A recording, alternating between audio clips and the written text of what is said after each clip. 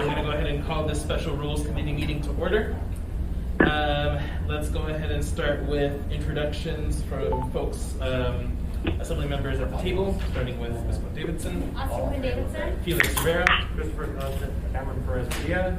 And then on the phone, Jamie, are you there? Yes, I am. Thank you, Chair. Thank you. And then Forrest, are you there? Yes, I am. All right. And then Crystal, are you there? Okay, still no Crystal. And then Mr. Chair, I show Crystal is on the phone. okay, so Crystal, can you confirm that you're there? Yes, I'm here. Great. And then John, are you there?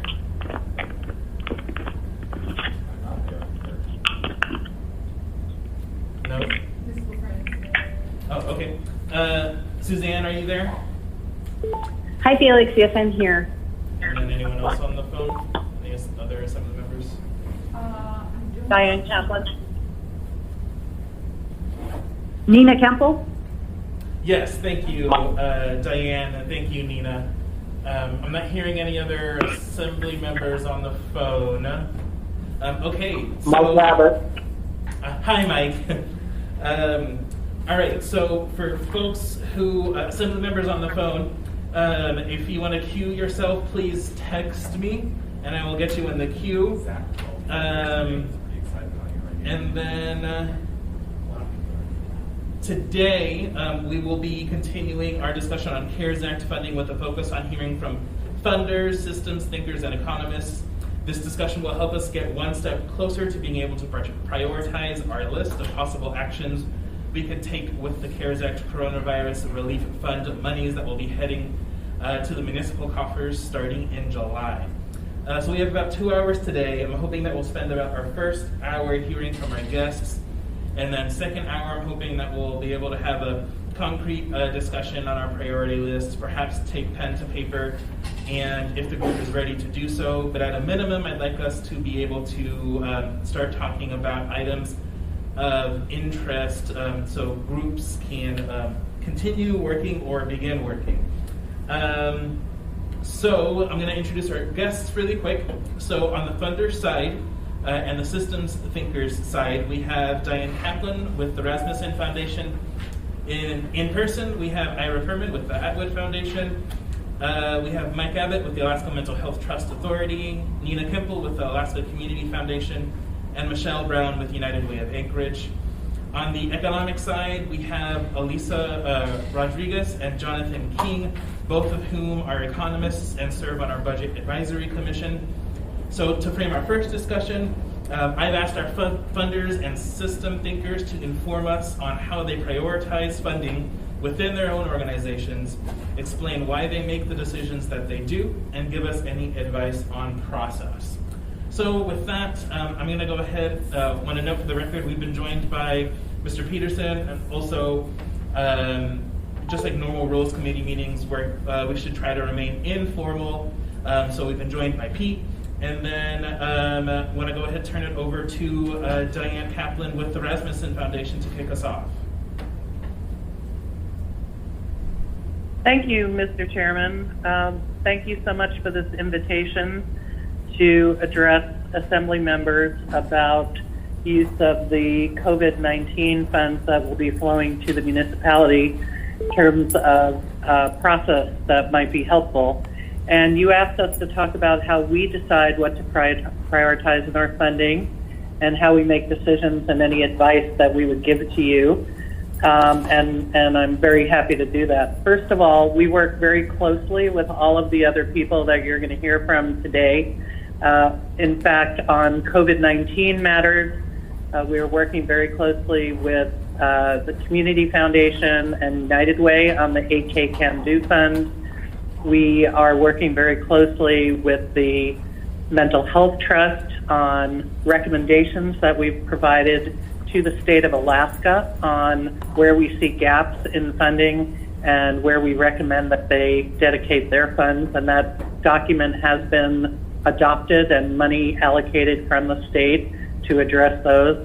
And then we also work with Atwood Foundation and are about to launch a program for artists with Atwood. So So all of us, I think, as a community of funders are very proud of how Alaska operates and the fact that since we are a very small community of funders and in a state with relatively few people, we try and, as much as possible, share information and work collaboratively wherever possible. First question about how we decide what to prioritize. Rasmussen Foundation, like many other organizations like us, has a statement of guiding principles. It comes from our roots as of a missionary family that became a banking family, very strong ties to the various economies of Alaska. The National Bank of Alaska is where much of the family wealth came from, so we are very connected to all the industries of the state that created that wealth. And then because of the missionary roots of the foundation, we're also hyper caring of people less fortunate, people at risk, and people in special circumstances across the state. In looking what to prioritize, because we're the only large general purpose foundation in the state of Alaska, we have a very broad mission. We have, since our beginning 65 years ago, dedicated a significant amount of our funding to health and human services. If you're not speaking, make sure that you're And- please. Sorry. We've dedicated a lot of our funding to health and human services, usually about half, about a quarter to arts and culture, and another quarter to other areas such as education, conservation, and the public philanthropy sector, and growing philanthropy. We, as an organization, put a very high priority on strong leadership at organizations. We choose to fund organizations that are clear in their purpose, that have a great deal of local support, which indicates community buy-in to the organization and what they are doing. We look at organizations that are sustainable, meaning they have a business plan that supports their operations and they're likely to be there in the long term since we do a lot of capital funding. We look at organizations that are thrifty and careful in how they use resources, who are collaborative with other organizations. And then we try and, wherever possible, leverage our funding. Our last study we did showed for every dollar Rasmussen spends, there are 9 other dollars from other sources supporting what we do. So in a housing project, we might be 10% of an Anchorage housing project, but it's the final piece of funding that makes the project work. And in a rural capital project, we might be 50%, where there are fewer other resources available. We, in terms of making decisions, we have small grant decisions made by our staff, and anything above $25,000, which is larger for us, goes to our board of directors with a recommendation from staff after completing appropriate due diligence on those projects. That includes a site visit with the organization. It includes review of financial statements, and all of our grants, we have to do due diligence to ensure that they're in good standing with the IRS and that their eligibility criteria are in place. And then we have requirements for reporting financially and narrative. With the COVID-19 situation in place, we have relaxed some of our standards in terms of making our reporting very simple. We are also have accumulated $2 million of funding from our existing grant programs that have been reprogrammed towards COVID-19. In addition to that $2 million, we've spent another 700 or so thousand from existing grant commitments and repurposed them to support COVID-19 relief efforts. And our endowment is way down. We have very big holdings in financial instruments and real estate and oil and gas, and all of those sectors are greatly affected. So it's been a challenge to do that, but we think it's important. We've done major cuts to our operating budget and some of our traditional grant programs to enable us to do it. In making COVID-19 decisions, we're looking for immediate opportunities, but also holding some of our funds to see where we can fill gaps that are not covered by other sources. So we've gathered literally tens of pages, dozens of pages of information from nonprofit sectors across the state, libraries, museums, child care centers, arts organizations, community health clinics, and so on. So ourselves and with partners, and we're tracking all the dollars from our partners and ourselves and where they are landing. And that's all the federal dollars, the state dollars, funds from our partners like the Mental Health Trust, the Matthew Health Foundation, et cetera, to make sure that we know where the gaps are. We've communicated those gaps also to Senator Murkowski and Sullivan for use in any future CARES Act, and we've had direct discussions with them on recommendations on CARES 4, if it's to come apart. We have, particularly because of the opportunity presented at Sullivan and Boki, we have invested significantly in trying to move people out of homelessness, out of shelters into permanent housing, and are doing that with Catholic Social Services, Beans, with Covenant House, and having very strong success. It's a one-time opportunity to do that. And then in terms of, just finish with any advice, it would be to try and leverage your dollars with other dollars. So for example, the Community Foundation has received $35 million of state funding for many of the same purposes you're looking for. If it were me or us, we would try and leverage our dollars with those for greater impact for the things you're interested in. Collaborate with all the other funding sources. Add funds if you can to the statewide pool to help specific interests in Anchorage, and also really pay attention to the funding gaps. We are all very focused on certain sectors, food and shelter and those kinds of things, but in fact, those sectors are receiving a lot of money from a lot of places, and the gaps are generally with organizations that are not eligible for any of those other sources. They kind of fall through the cracks. They're not top of mind for donors. That would be things like the Botanical Garden, the zoo, the Performing Arts Center, the Native Heritage Center, all the performing arts organizations that we depend on that support small businesses all over the city. Anything with conservation, none of those groups are really getting support from other areas except potentially a small amount for PPP, yet they're vital to the city's economy. So those are the kinds of gaps we're looking for, and we'll be rolling out a matching program for municipalities to invest money into the arts by matching your dollars you commit from COVID to ours, and we're trying some others. And we would also like your advice as private funders, what we could do to work with you on achieving some of your goals. Thank you very much. Thank you, Diane. I don't know if, I know you have to leave very quickly. Is there any questions? Yeah, go ahead, Chris. Thank you, Diane. Christopher Constant here. I'm wondering if after this call, you might be able to meet with your peers that are all part of this call and help to generate an Anchorage-specific list of apparent gaps that you mentioned you have at the state level, because that might also be helpful to inform us of our process going forward. And I just want to express my gratitude at you pointing out the option and opportunity for matching funds, because there's a project that I'm working on coming forward with a list of priorities, and one of them is to find ways that we could match funds to achieve projects that would be successful. So I guess my question is, can you work together with this team you've already been working on to come up with an Anchorage gap analysis? Well, I can't speak for the rest of the group, but I'm pretty positive we'd be happy to do that. I certainly would be. Thank you. Thank you. Any other questions for Diane before she has to go? Any questions from folks on the phone for Diane? Okay, I'm not seeing any. Thank you so much, Diane, for joining us.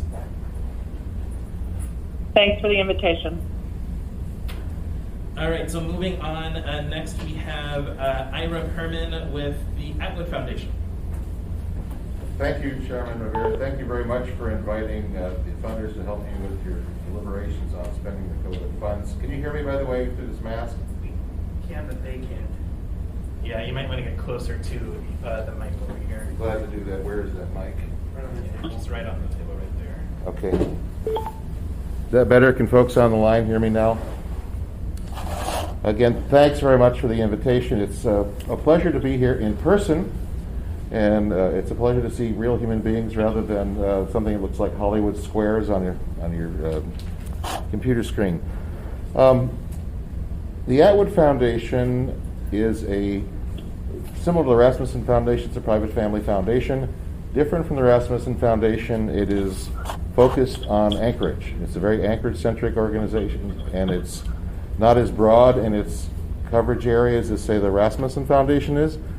Our areas of interest are the arts, journalism, history, and other civic engagement activities.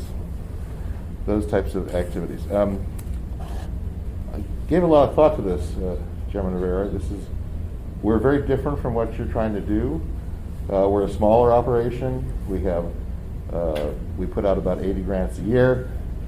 Nonetheless, we have had to make some changes in what we do because of COVID, and I thought I'd share those with you. When the pandemic first hit, we made some very careful decisions that would try to preserve the ecosystem, the economic ecosystem of those areas that we work with.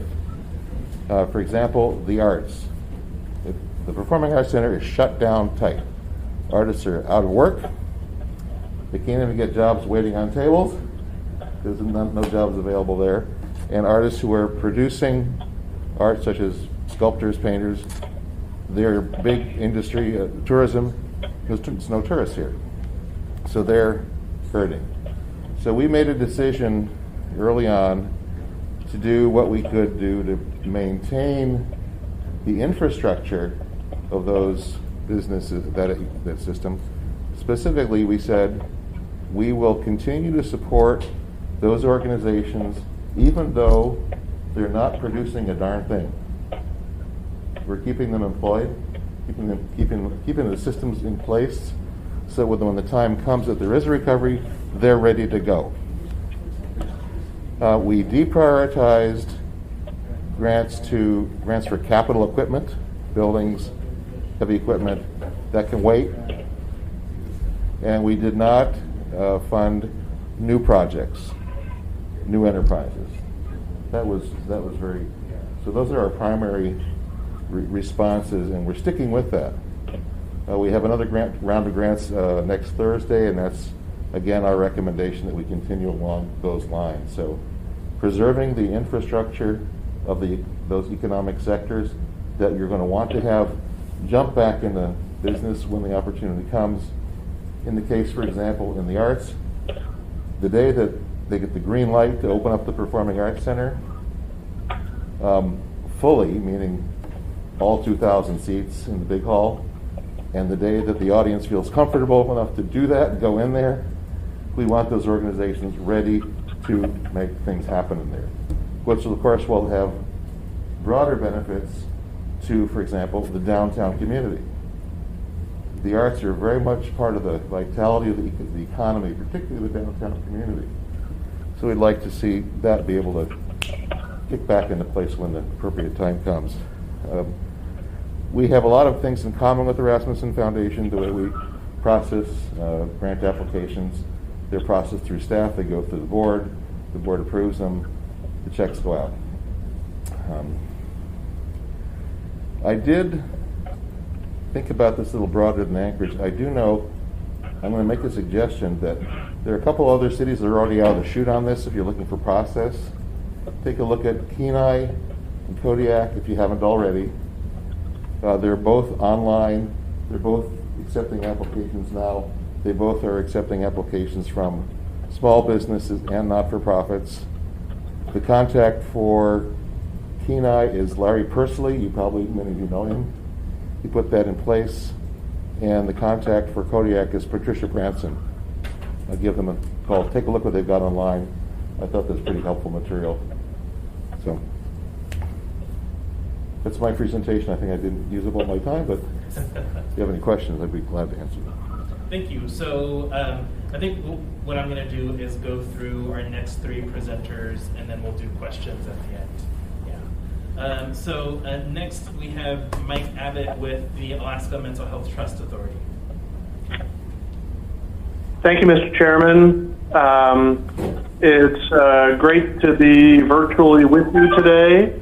We're happy to be a resource for the municipality as you consider your options for addressing COVID relief in the community.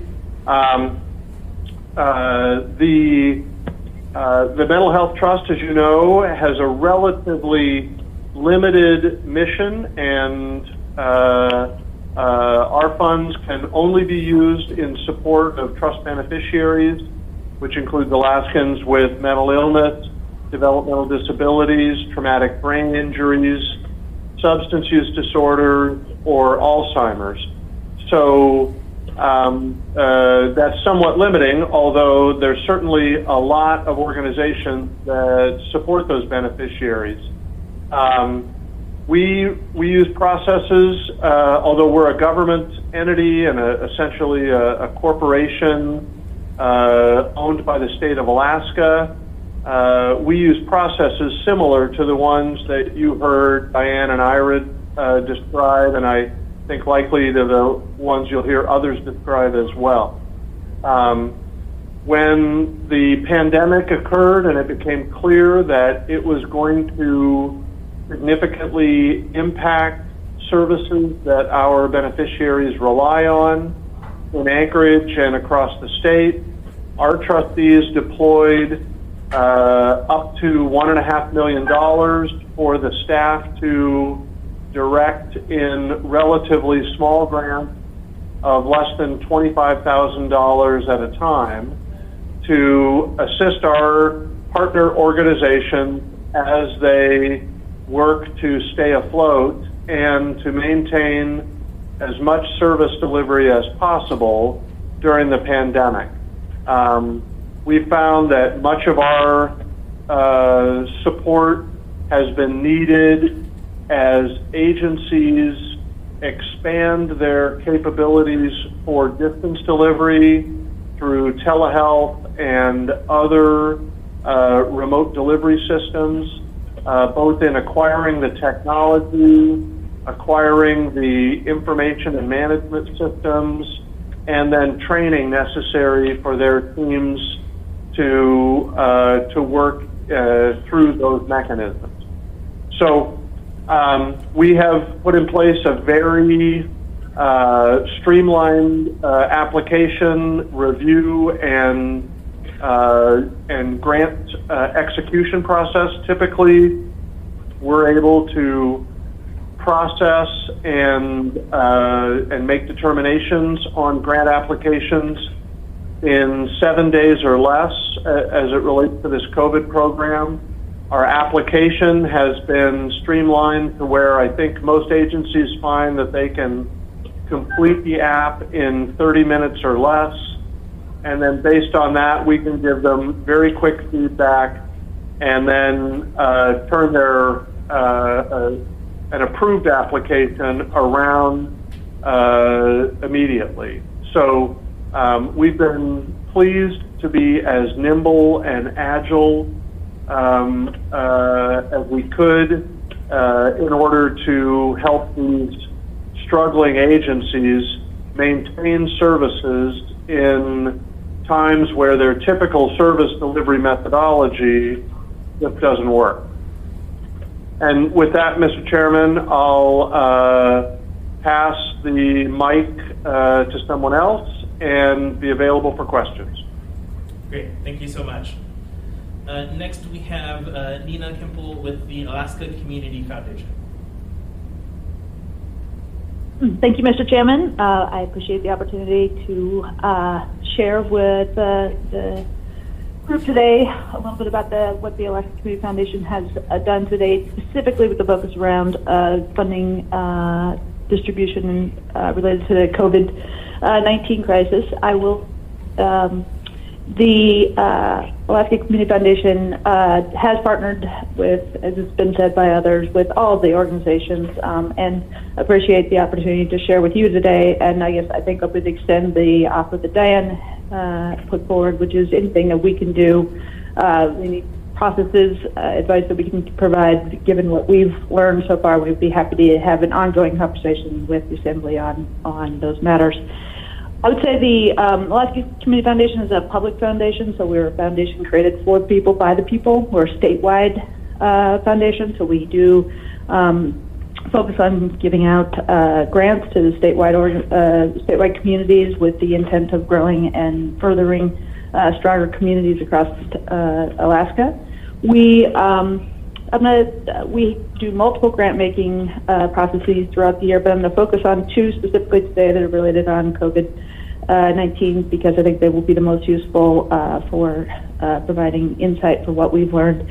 We did have the opportunity to partner with United Way of Anchorage and Rasmussen Foundation on the 8K Can Do campaign that was successful in raising $2.5 million to distribute for COVID rapid response grants here in Alaska. I think the process of going through both the raising of the funds and the distribution of the funds is there was a lot of great lessons learned that I would like to share a couple today. I'd like the Alaska Mental Health Trust during this time of COVID funding. We've had to be extremely agile, which has required us to put a lot of new processes in place to be able to get money out the door to the organizations that need it most. And I think in a timely manner when COVID-19 was impacting their day-to-day business operations. One of the things that we did in process was put together a streamlined application, and one of the things we did was put together a streamlined decision-making process.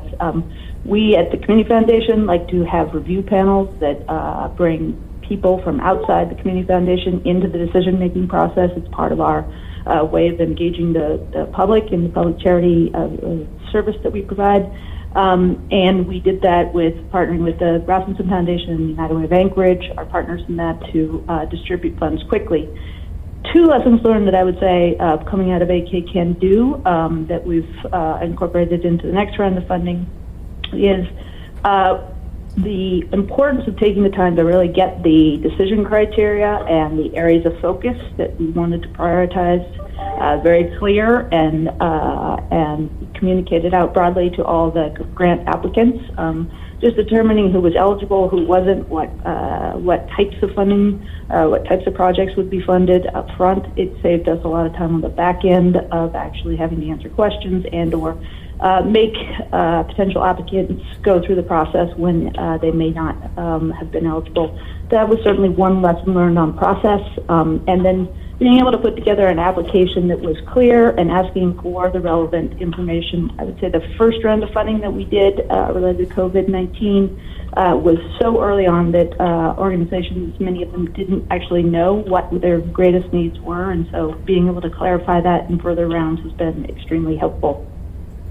The second, so I would say those are the lessons learned we learned in the 8K Can Do funding. Those were small grants between $5,000 and $20,000. I think the Alaska Community Foundation probably sits in a very similar situation to the Assembly in the distribution of the CARES Act funding that we've been asked to partner with the state on, which is $35 million to support the nonprofit sector statewide with very few constraints, but with a very clear and transparent process that is meant to follow the guidelines of the CARES Act to the best of our abilities.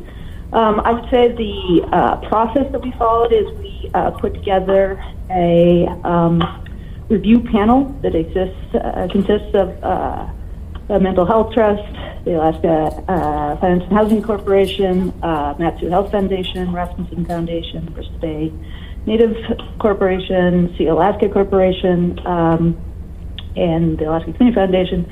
And that really is a review panel that best understands the needs and gaps that exist out there, and they will be the primary decision makers in the process. While the Alaska Community Foundation runs the process itself, managing all the grant applicants, there is this broader review panel that looks at the overall process and makes the final decision.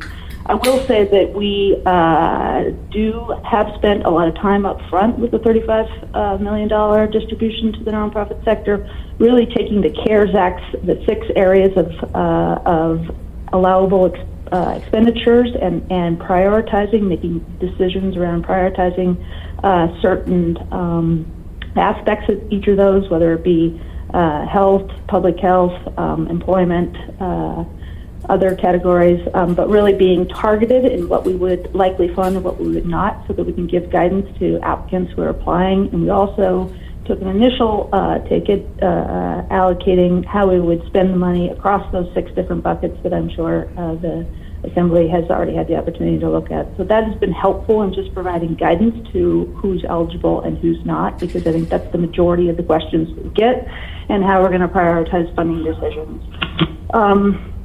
The actual process, we are running 3 grant rounds so that applicants can apply between basically the end of June and the end of October for funds along the way of the CARES Act $35 million funds to the nonprofit sector. And in each round, there'll be distinct decision-making processes with the overall grant, $35 million out the door by the end of December. I think that's probably one of the most significant challenges with the CARES Act funding, is that all of that is conducted and executed in a very short amount of time with a fairly transparent process and diligent monitoring and ensuring complete reporting.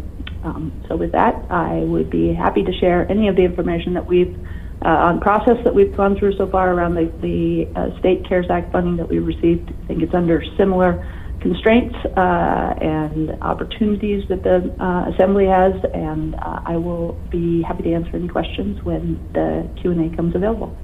Okay, thank you. And then last, then we'll get to questions. We have Michelle Brown with United Way of Anchorage. Good afternoon, everyone. Can you hear? Yes, we can hear you. Yeah. Okay, great. Thank you. United Way of Anchorage is focused on health and social services in Anchorage. You have heard many great ideas from incredibly talented and experienced partners. So rather than repeat anything that might be redundant here, what I'd like to offer is a step before grant processes, similar to what Nina was talking about. And that's, after listening to your discussions in prior work sessions, and by the way, I really commend the thoughtful way you all are going about this. You've identified a number of issues that are not new issues because of COVID, but have become exacerbated because of COVID. And so this is an extraordinary opportunity for you all to be thinking about both response and recovery and gap analysis, but in particular in recovery, thinking about what community level change or what outcomes you really want to see and for this community, and then build coordinated action plans to get there. And those are the things you could use your grant processes for. Grants are great tools to get solid program or service outcomes, but the results that come with those, if they're not tied or coordinated to an overarching set of community outcomes, you often find this confusing situation where you have good, even great program outcomes, but the community conditions remain unchanged or even deteriorate. And let me just give you an example of that. When we, with many partners, looked into youth conditions several years ago and saw how poorly we were doing on whether it was graduation on time, whether it was substance use, any number of factors across the population, our outcomes were really bad. And when we had brought people together to discuss this, we had many folks, both government and nonprofit providers, who really had very good program outcomes for the youth they were serving, but we as a community were not progressing. And that's when we collectively launched the work around 90% graduation by 2020, because we realized when we dug into what was preventing us from getting better outcomes, that it wasn't just about more money or more services. It was a lot about disconnected pieces were not adding up to the whole that we wanted to achieve. And so what I'm suggesting is that maybe there's some time spent before your grant processes, and that's bringing together these other funders with their great experience, experts and providers to identify the end conditions we want to see, the outcomes we want to see, and how we would measure those, and then work backwards from those to forecast where things will get better or worse if we just keep doing what we're doing or more of what we're doing. Dig into what's the causes behind the scenes that are preventing us from doing better. Figure out who can help play a role in providing the services or developing the policies to help us reach that outcome, and what actual tactics can they be doing. This can lead to an action plan on which all of your grant processes could be built, so that the end result of all these grants actually correlate to something you can measure across the board. And we just saw a great example on a somewhat small but very, very important scale in the work that Diane referenced on housing people experiencing homelessness during this crisis.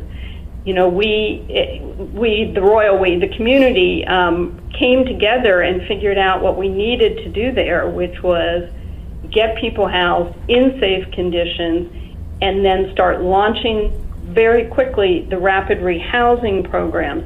This is something we've all tried to do for years and years, but because of the way funding works and program silos work and so on, we weren't able to accomplish it. But this change of circumstance enabled that phenomenal work to happen, and it's really been successful. So what I wanted to suggest is maybe a little upfront work on some of these issues that are really big that you raised last time, like reducing food insecurity, improving outcomes for young kids, increasing housing stability and eviction avoidance or employment. These processes do not have to be time-consuming. They can be done relatively quickly, but they will make the grant processes far more effective in delivering results that are actually population-based rather than simply program-based. And it also sets the stage for the discussions of matching fundings and funding sources and leveraging resources in a much more productive way. So that's the slightly different spin I would put on this, and of course thrilled to working with any of you on all of these topics, and thank you so much for this opportunity. Thank you so much, Michelle. Okay, so now we can go ahead and go to questions. So folks on the phone, assembly members, feel free to text me if you want to get in the queue. I'm going to start with Mr. Constant. Thanks. A couple of questions. Ms. Kemple, you mentioned $35 million of CARES Act funding. What's that program you're talking about? Yeah, so that is the CARES Act funding at the statewide level. $50 million was distributed to the Department of Health and Social Services directly for benefiting the nonprofit sector. There are not many states that have actually directly pooled to benefit the nonprofit sector, but Alaska did determine that it was going to do that. Okay, thank you. That leads to the... Oh, go ahead.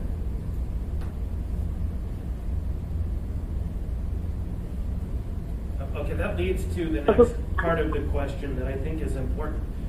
All of the organizations represented here today, and I was the one who really wanted to hear from you, have a mission related to supporting nonprofits. But we also have another side of that equation, which is the for-profit community, the Correct. businesses and all the employers and everything else. And this could be open to anybody. Any thoughts on how to generalize your experience to a broader arena than just your kind of constituency? Because that only meets a mark of part of where we're aiming. So I might make one suggestion in parallel to the $50 million that went direct to the nonprofit sector that went to the Department of Health and Social Services. A 209, as you well know, went to the Department of Commerce through ADA and to Credit Union One, and they have a similar unique challenge that I think that Ms. faces in the fact that that money is to be split for small businesses, for-profit businesses, as well as the nonprofit sector, probably with a lean more towards the for-profit business side. So I think they have put together, they're actually in front of all of us on this process for the federal CARES Act money, and they've together applications, they put together criteria, they put together, and they're actually in the first review process for those fundings. That's $290 million that they're responsible for. So I would actually say that it would be very beneficial to have a discussion with folks at ADA and the Department of Commerce on what they thought about when delineating between having to fund both nonprofit and for-profit sector. Thank you. Thanks, Chris. Any other questions, either from the phone or in person for our funders? All right, I'm not. Miss John, go ahead. You're on mute. Yeah, I hear you. Can you hear me okay? Yep, go ahead. Okay. So, some of the ideas we've been kicking around is to fund projects that would create a lot of jobs. And with the notion that, if people have jobs and they get paid, then they can pay their rent and then they can go shopping at businesses and that's kind of the normal cycle of money, really. As opposed to like a grant directly to a business or something like that. I mean, does any one of the speakers have some thoughts on that? This is Michelle Brown. May I respond? Go ahead, Michelle. We've been thinking along the same lines, and on the issue of food insecurity, and in many of the grant applications that came in for AK Can Do from nonprofits, a lot of them touched on food need, even if it wasn't their core mission, that they still needed that. And so we've been brainstorming with some folks about how to improve the food distribution system, which relies heavily on volunteers, but we've not been able to have volunteers because they can't come out now, and looking at creating almost like a Job Corps of people who've been unemployed from the food service industry or other industries, helping out in this food distribution network. So I think there's a lot of room in there to actually see multiple wins out of some of these deployment of resources. And did anyone else want to answer? Yeah, Ira. John, this is Ira. To your point about looking to prioritize employment, I would say that's very important, and that's something that the Atwood Foundation very much looks at. A lot of our grantees are low wage, and it's very important that they have some wage to keep going.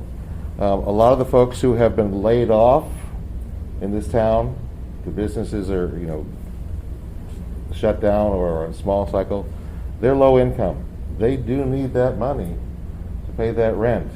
And the way you do that, I think, most effectively is you get that money out into the businesses that had let them go under similar terms to like PPE. Thank you.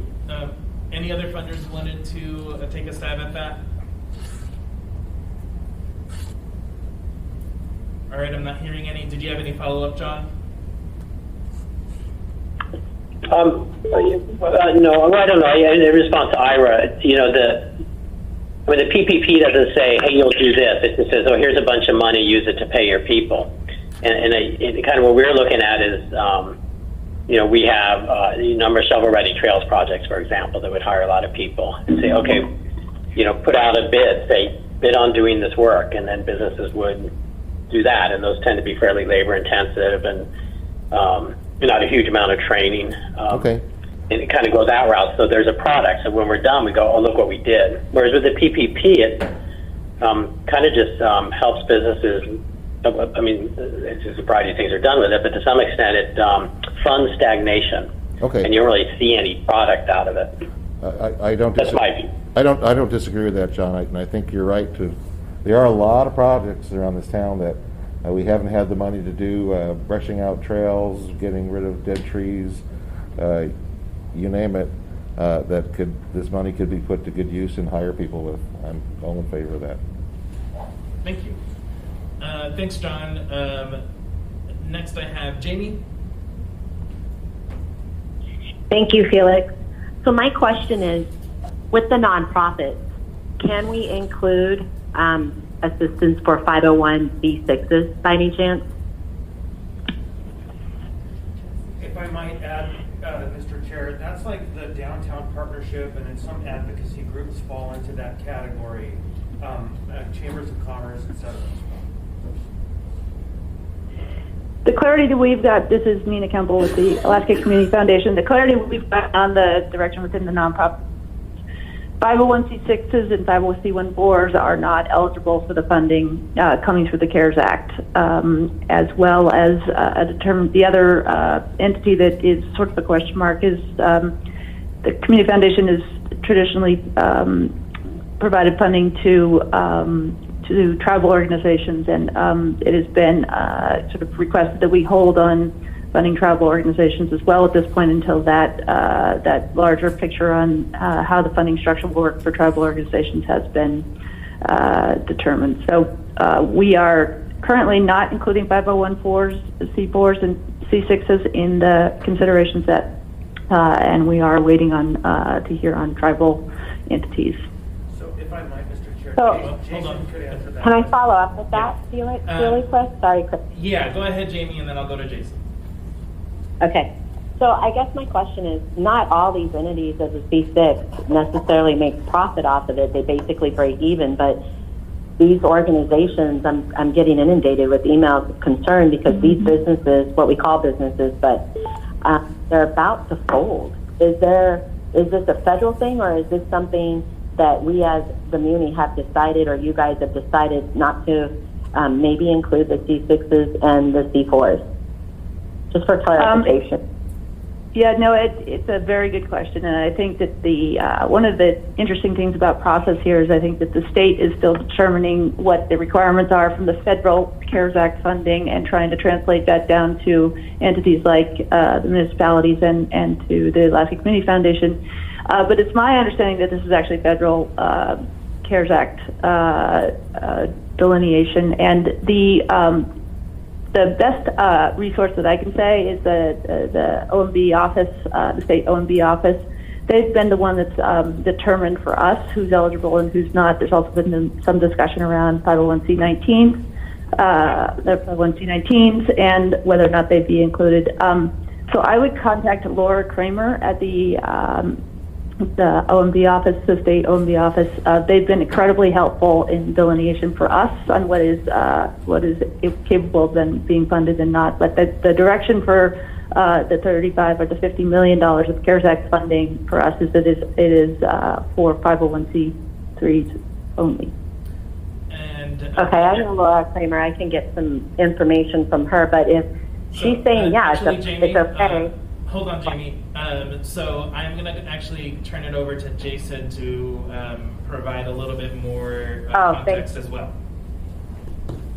Can I know what the question is? Sure. Jamie, do you want to restate the question, please?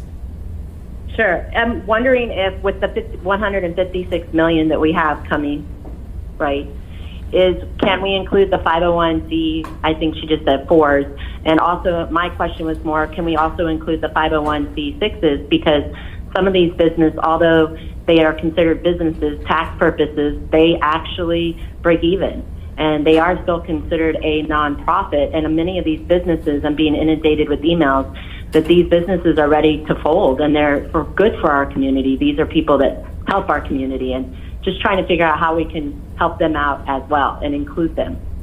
Yes, they can. We do not have to put any of those restrictions on how we use the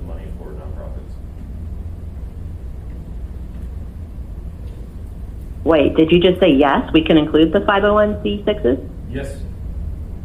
Oh, wonderful news. Okay, thank you. Thank you.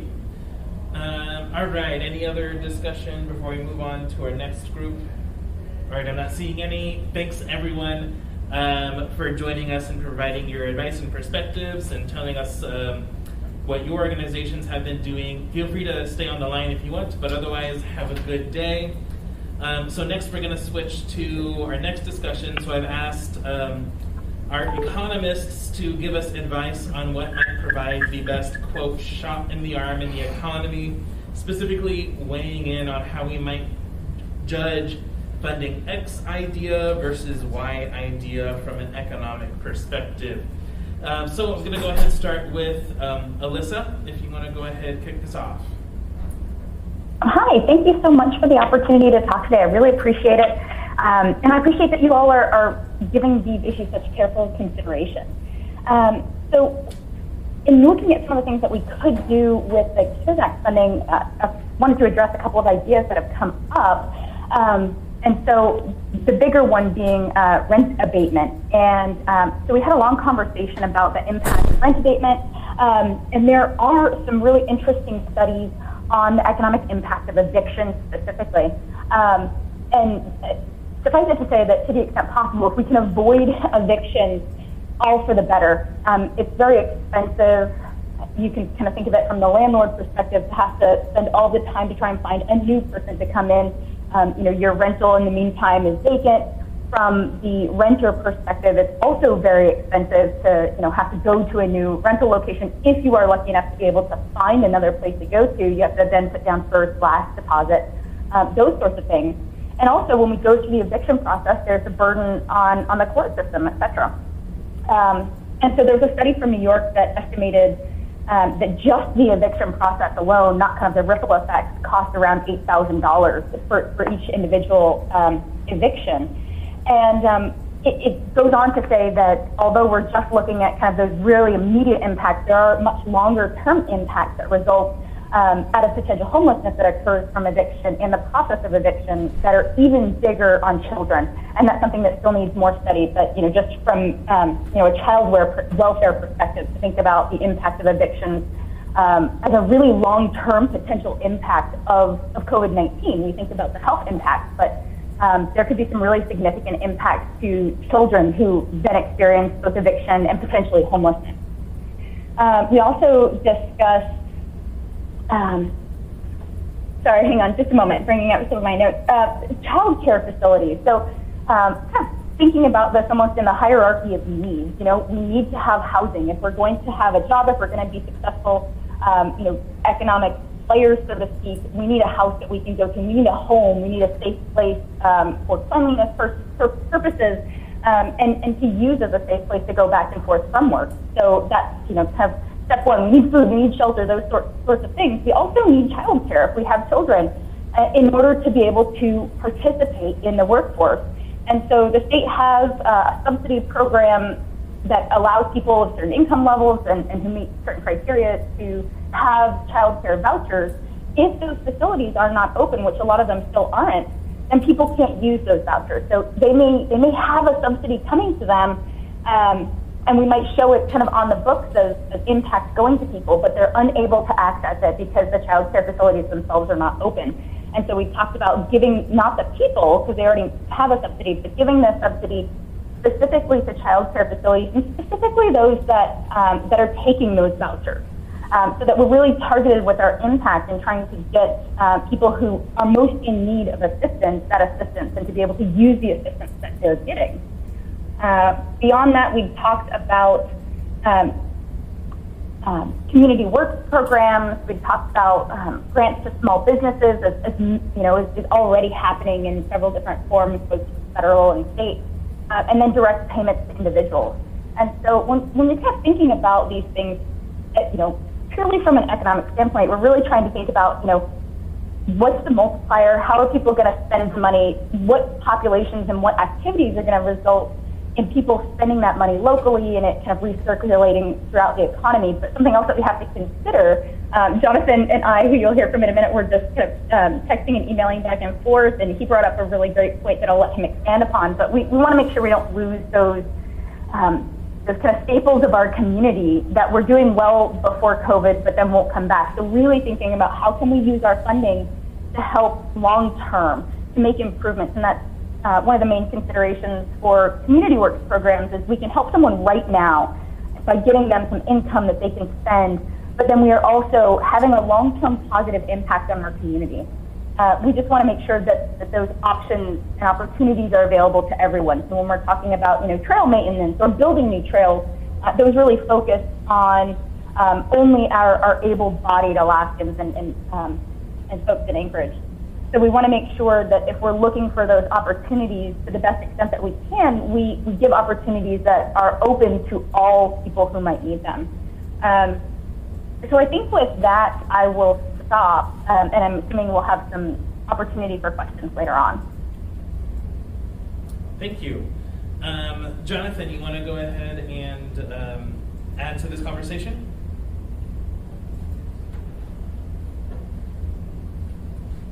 Sorry about that, Mr. Chairman. I had to get myself off mute. Hi, my name is Jonathan Singh. I've been an Anchorage resident for 17 years and a consultant and economist here in the city for the entire time. Thank you for the opportunity to speak to you guys. It's been great hearing this discussion because there's so many wisdom that have come up in this discussion. And I think one of the things we have to recognize is that this is an extraordinary opportunity for Anchorage. If you look at the amount of money that we're being given, we are on par or ahead of cities such as Fort Worth, Las Vegas, Portland, San Francisco, and Seattle. And so the amount of money that we're being given to utilize on a per person basis is far greater than some of the municipalities that are much larger than we are. And this idea of how do we make a lasting impact is first and foremost on my mind, is not only to relieve some of the stresses that we're experiencing, but to do so in a way that makes fundamental change for the community with significant downstream impacts. And many of the prior speakers have already talked about the need for upstream investments to really tackle some of the issues. And so, some of the great ideas that come forward today are about food security, childcare, and housing, because we know that when we invest in those, we get those dollars back in the form of reduced costs in our social justice system and in our social networks. If we really want to have a smaller government, we should be investing in some of those places. I'm also very much drawn to this idea that there are certain institutions that you simply cannot replace rapidly within this town if they go under. So I believe it was Diane Kaplan was speaking that there's a lot of money in some areas, but there's very little money, say, if you're the zoo or if you're the Concert Association or the Performing Arts Center. And we know that those institutions, they take a long time to build, and if they go away, they're just simply not coming back. And so that's another place that we should be thinking about. As we consider these upstream investments, one of the things that came to me in thinking about this was imagine if we had all gotten to our homes during the hunker-down order, and you woke up and it was time to go back to work, and the road to get there had disappeared. The road is that critical piece of infrastructure that takes us from where we live to our core employment centers. And that would be an incredibly difficult thing to have happen. And yet that is exactly what is happening in the child care sector. That those child care opportunities, the thing that people need to go to work, just like they need a road, is disappearing. And so I would follow up on Alyssa's comments there about upstream investment. Pivoting a little bit more towards traditional economics, I would say that if you want to have a lasting impact, then handing out things like blanket cash grants or blanket grants to organizations or businesses is not the way to go. the impact of that is going to be, it would be relatively quick, relatively small, and it will dissipate relatively rapidly. If you are going to make an investment Hey, in, Jonathan. yes, So it looks like we're having a little bit of difficulty hearing you. You're a bit muffled. okay. Let me change who I'm speaking to. Is that a little bit better for you guys? Yes, it is. And Okay. I missed it at the part where he started to describe specific investments that might not be good. Did you hear that? Okay. So blank cash grants or shotgun cash grants are probably the least efficient use of all of this money that you have. Because, in part because it will be very quickly, in part because there's a lot of turnover naturally in businesses and organizations. Less than a third of small businesses and small organizations make the 10-year mark.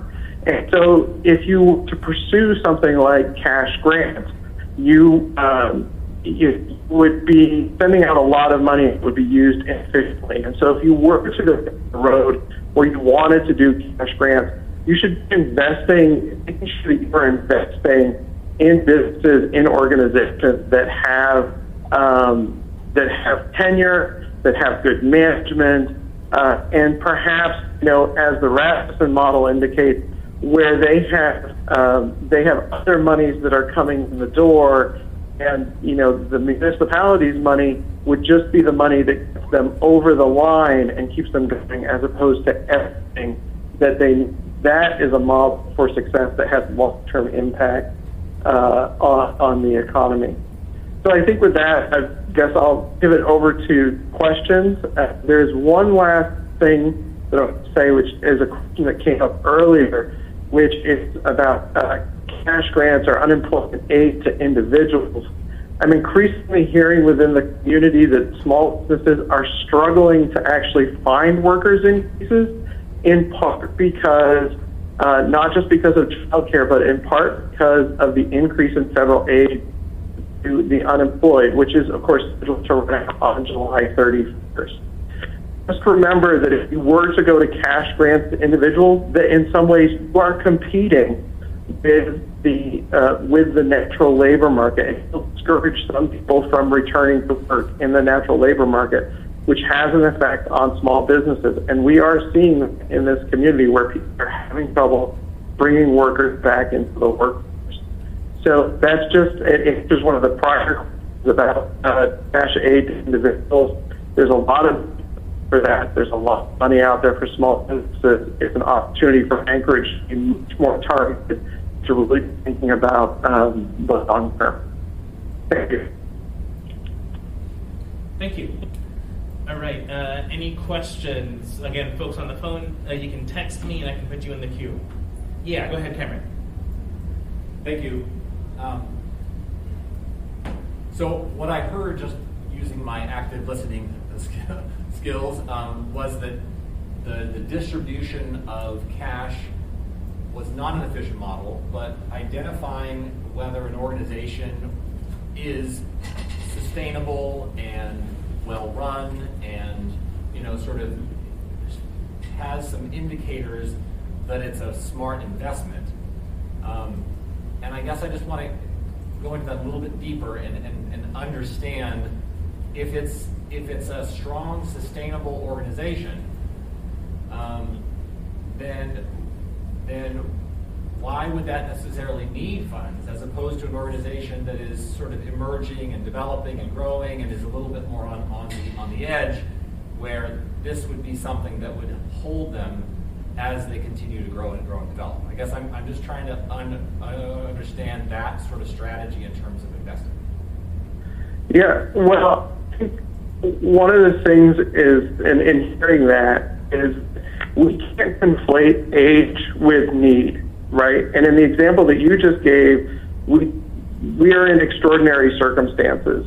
And, if you have a organization that has been around a long time and has been a strong organization, that doesn't mean necessarily that they were prepared for, an 18-month shutdown in the economy, right? So we can't conflate newness or oldness with its strength. The other thing is if you want to keep organizations around, then have proven track records and are doing, and this is an opportunity to do that. Now, if you want to bet on emerging organizations, great, go ahead and bet on emerging organizations, but your failure rate will be much, much higher. We already know that. In normal circumstances, if I go and pick 10 emerging organizations, in 5 years, half of them aren't going to be around. So it's about where you want to put your money and where you think you can have the most impact. You may find some very small, very high quality emerging organizations that you want to invest in. But if you blanket prefer emerging organizations over those with proven track records, then you're going to end up with a higher failure rate. So just one quick follow-up. My understanding of the PPP program was that the idea there is really not necessarily investing in the organization, but investing in the employees of that organization and trying to ensure that we don't have as high of an unemployment rate or people being laid off and that sort of thing. So I guess based on what you just said, do you have sort of a strategy in terms of if our interest is not necessarily in the businesses themselves, but it's in ensuring that as few people as possible become unemployed? How does that fit into the strategy that you just shared? Well, I'm not sure that I caught all of the question, but I think that it's not we're looking for both, right? We want the organizations to be around so they can provide employment. And at the same time, we have unemployment and we will have unemployment because of this. PPP reduced the unemployment rate from what it would have been in the May. There's it looked less at work, but it did not do everything. We have to have this dual approach where we're trying to support organizations through this and also trying to support individuals through some of the programs that I've mentioned, like food security, making sure that people don't lose their houses, making sure that people have childcare so that when work returns, they can return to work. If they don't have housing and they don't have childcare, they may not be able to say yes to the job. So I kind of reject the either or and say, we're having to attack, this problem is so big, we have to attack it from both sides.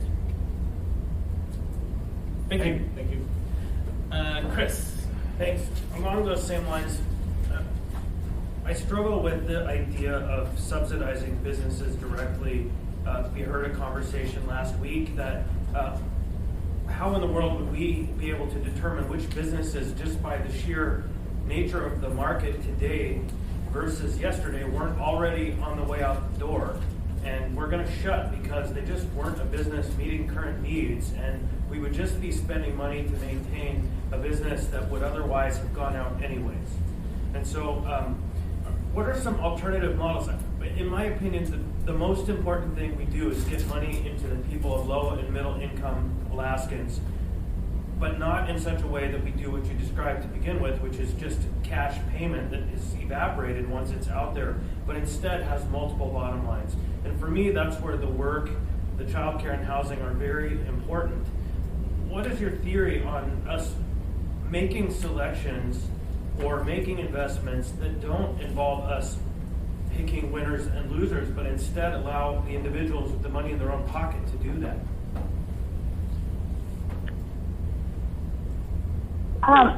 Go ahead, Alyssa. I think that's a really, it's a very complicated question because we make a lot of value judgments when we say that we're not going to give people the money directly, and instead we are going to, tell them that you can spend it on housing, you can spend it on food, and in food, certain types of foods and those sorts of things. So we put a lot of value judgments on what we think are and aren't worthwhile things to spend your money on. And that's essentially what we're saying when we give money, in rental vouchers or in childcare, different things like that, when we do that instead of just giving direct payments to people. But I would echo Jonathan's comments. We have a purpose with this money, and if you want to make long-term impacts with this money. If you want to specifically avoid certain outcomes, then that's a trade-off that you make. You make the trade-off between, making those value judgments and not giving people direct payments to cash. I don't know if I'm quite answering your question there, but I think we will have, the goal is to have longer-term impacts by directing specifically where it goes and avoiding very specific, community outcomes that might have more costs and things like that. Does that answer the question or kind of speak to it? I'm happy to let Jonathan comment as well if I haven't quite covered it. Mr. Chair, I agree that it would be great to put money directly into the hands of people, but we don't have $1 billion. We have $150 million, and so that would equal $500 per person if we just wrote a check. And that $500 would evaporate and be gone and be useless to the economy after just a month, a sugar high. And so I'm trying to avert that and instead come up with a methodology that does do those kind of transformative investments over time that also put money in people's hands. What I want to make sure is in October, people can buy food. Yeah, and I think you kind of have to thread a needle. Sorry, Jonathan, I keep talking over you, but yeah, I think you're kind of threading a needle there in order to have the kind of impact that you want to have. And I think that the Assembly is talking about the right types of things. So, really trying to focus who you are giving that money to, because if you give the money to folks who absolutely don't need it, they're just going to save it, or they'll pay down debt. Not that that's a bad thing, but its economic impact to the broader economy is much more limited to non-existent. And so you really do need to be very careful and very thoughtful about who you are giving money to and for what things in order to make sure that your dollars are rolling over as many times as possible and that you are impacting the people that you hope to impact. And there are a lot of different ways that you can put restrictions on money, whether it's income restrictions or, you have a job or you don't have a job. There are all those sorts of things that you can do to ensure, to the best of our ability, there will always be, some mistakes, but to get money really to the groups that we're trying to positively impact. So with that, I'll let Jonathan comment. Yeah, so I'd like to follow up here a little bit on this because I think this is really important. First, I don't want anyone to swear that, well, at least that I am in any way going for cash to individuals. At least you're able to stimulate the economy than many other options. And I also understand the discomfort of picking winners and losers. But at some point, whatever process comes out of this, some organizations or people are going to end up with some money and some people aren't. And so the point of this process should really be to, what are the projects or methods that best achieve the goals and the administration and the people of Anchorage set for using this money. And so one of the things that we've talked about, we've talked about things like community projects or we've talked about, food aid. Those are going to have much longer impacts in helping people than say, cash payments. And it is a difficult place to be. But I think that you've been given some hints, some very strong hints by people who've been doing this for a long time in the nonprofit sector. They are looking at where the gaps are. You don't need to be duplicating the effort of some of these organizations. You need to look where the gaps are. You need to see where your money is going to leverage other people's money. And you need to see what methodologies or what types of projects are best going to achieve the long-term, short and long-term goals that make Anchorage the best place to live. And if you compare the options that you have against those sorts of ideas and those sorts of metrics, it's going to make it much easier for you to figure out what to do with the money. Last quick follow-up. I think that's all true, and we have to accept the wisdom of our nonprofit philanthropy partners with the caveat that their mission is to support the nonprofits that do this work, and that's only a section of our community. And so that's the interesting challenge here. What are your thoughts on bridging that gap? Because the gaps identified by our nonprofit providers and their funders are only part of this. I think you need to understand where the gaps are in the profit, community, and accept that, look, there's some places where you're not gonna save everybody. And the other thing is to understand what truly supports your for-profit businesses. 1/3 of the workers in this town rely on childcare, right? Who have children that are either in childcare or in the school system. You know, the municipality's number one priority should be making sure that we have a safe place to put our children during the day so that people can go back to work, right? And if that is thought of as supporting the nonprofit sector, then I'm afraid you just don't understand the connection between those underlying support services and the for-profit sector. If I'm a for-profit business, I need my workers to be there. I need them to be engaged, and I need them to just be at their jobs. And you know, there's ways to support the for-profit sector that just don't involve handing out cash payments to for-profit businesses. You've got to find a way to make people comfortable so that they get out and spend money, and you've got to find a way that they can help them get to work. That's supporting the for-profit sector. So I actually have to speak up. I'm a nonprofit executive and I have decades of experience working in the nonprofits, but I believe that we as Alaskans have an overabundance of intent to fund nonprofits at the cost of everyone else. And so I don't believe that your point that you attempted to make just now that I don't understand is a fact.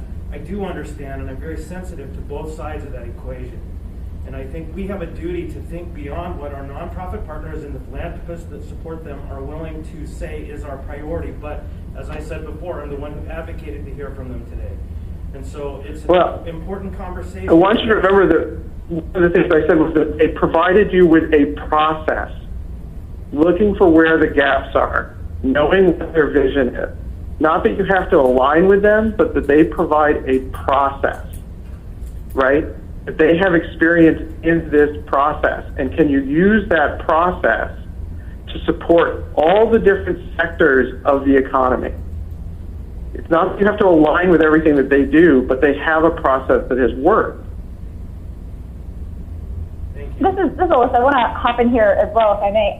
I also think that just thinking about the options before us, the amount of money that the Assembly has to allocate, the kind of large pieces that would, if you go forward with them, that would take up, there's not so much left over that I think it would be worthwhile to really take a deep dive into what are the gaps that are outside the awareness of our nonprofits, to really try and identify these small pockets where, not that there aren't people and businesses there who need help, but that when it comes to where we're going to put the biggest chunks of money, childcare is a potentially really impactful and would take up a lot of money. The rental abatement is another thing that would take up a lot of money.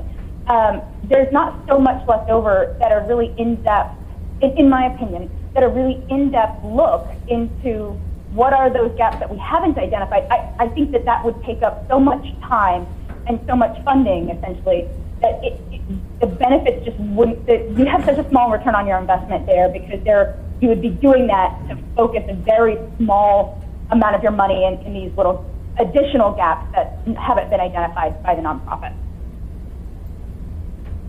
Thanks. All right, Crystal? Thanks, Felix. I like this conversation because I think it really highlights what a delicate balance a lot of this is really going to be. But one of the things that I wanted to ask, in mentioning the idea that you want to stick with the businesses that are kind of tried and true, they've proven themselves over the years. You don't want to lose them, but they might be the ones that are having difficulties. And the flip side of that was to be careful about the businesses that were really maybe just up and coming and weren't going to make it anyway, or they were having issues or whatever. But there's another group in there of the maybe up and coming that are specifically geared toward figuring out how to address some of the COVID impacts. And so there might be a whole new industry, a whole new approach to something in the business sector that we do want to support. So is there any way to basically identify those kinds of businesses to have some kind of set criteria by which you can say, hey, yeah, this is a new business, but it has so much promise because of ABC, whatever that is, that we would be able to identify them in a way that we know we would be willing to give them the funds that they need to kind of start up that business, or at least try to carry it on from what they've been trying to do, at least so far?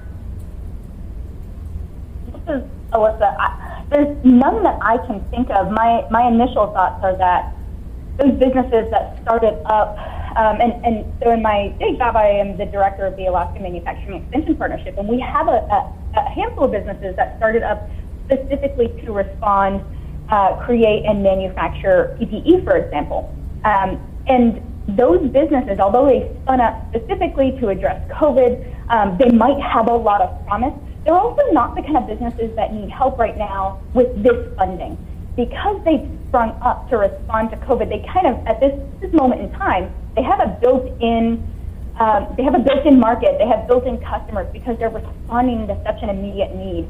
So at least in my limited experience with those very burgeoning kind of startups, as it relates to COVID-19, I am not identifying them as those businesses that really need assistance in the same way that some of our pre-existing businesses that were not, equipped to deal with COVID-19. Their business has nothing to do with, whether it's health, safety, et cetera.